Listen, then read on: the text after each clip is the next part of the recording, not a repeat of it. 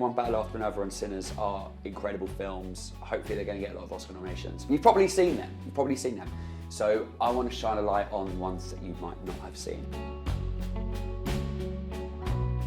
Hello, my name is Jacob Stolworthy. I'm Chief Film and TV Correspondent, and these are my top films of 2025. And one of those is a film called On Falling. My name is Aurora. I work in a warehouse as a picker. You know that already? I'm sorry. What did you do for the weekend? Had to do a couple of things at home. Boring. What is it with your generation?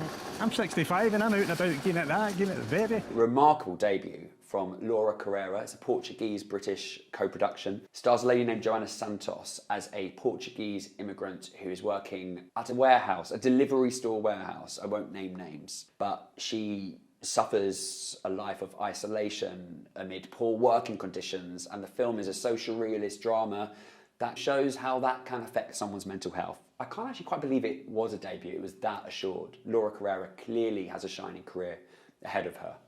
The next film is one that you need to watch with all your family. It's the film from this year that, if there's any choice, this is the one you pick, and it's The Ballad of Wallace Island. We'll always have this island and your beautiful music.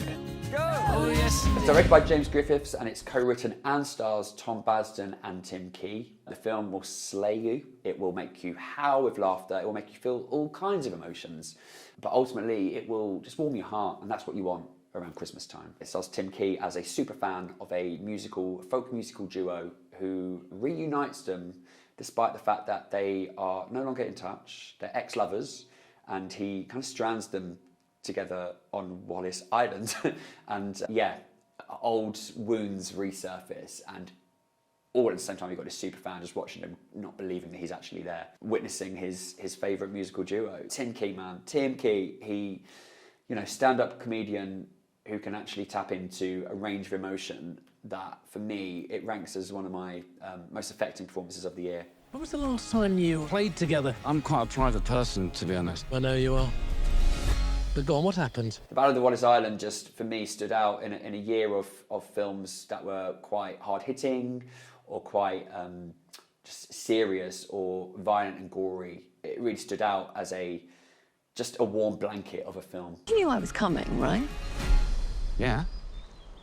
Yeah. Number 3 is a film that didn't get a wide release in the UK at all. It's called Ephus. Gentlemen, let's play. A vote has been passed to begin construction on the currently unnamed middle school in Douglas. Let's go, last one. Let's make it count. Hey, up. Very strange title, but not a very strange film. The film is very simplistic, actually. It's about a group of friends who play baseball on an outfield that's getting closed down. It's getting built over, it's getting renovated on, and they've got one last game of baseball to play, and they do it over the space of this film, which is set over one day. It's a day in the life baseball hangout film. Carson Lund is the director and the writer, and it feels like he is a big fan of Richard Linklater. It's got a Dazed and Confused feel, but like less frenetic than that.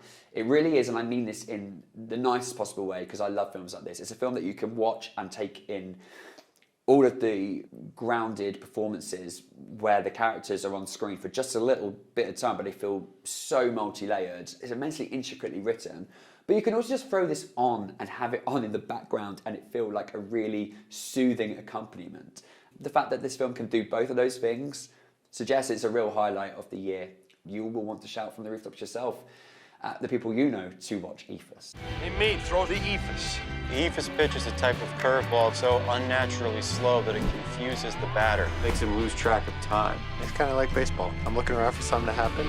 Poof, game's over. We're at the stage of this where you should probably mention One Battle After Another and or Sinners, which are both fantastic films, and I really recommend them. But for me, I'd like to shine a light on other films because everyone else is shining a light on those films. So for me, the next one on the list is Bugonia.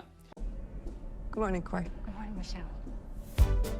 I believe every company should strive to form a diverse table, to empower people of different skills, and every time, what is it? Skills and identities. To foster a new generation of, okay, let's go again. Confession, I don't love Yorgos Lanthimos' back catalogue as much as many others do. I think for me, The Favourite has been the highlight so far.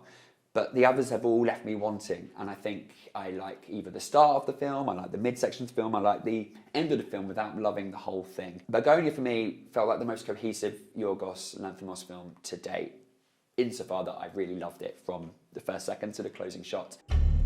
Welcome to the headquarters of the human resistance. Where's my hair? Your hair has been destroyed to prevent you from contacting your ship. What ship? Your mothership? Okay. Emma Stone is better in this than she was in Poor Things, and she won an Oscar for Poor Things, so take from that what you will.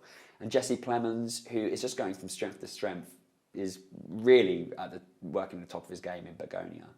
The plot is to die for. It's a guy who is a conspiracy theorist who believes that there is an alien race invading the planet, disguising himself as humans, and he abducts Emma Stone's company CEO because he believes that she is one of these aliens, and she starts to realise that he might not be the full ticket, so plays along with him, and it feels like a play. It feels like you're watching two titans just duke it out on stage, and when you're sat in a cinema, that's a really thrilling thing to see.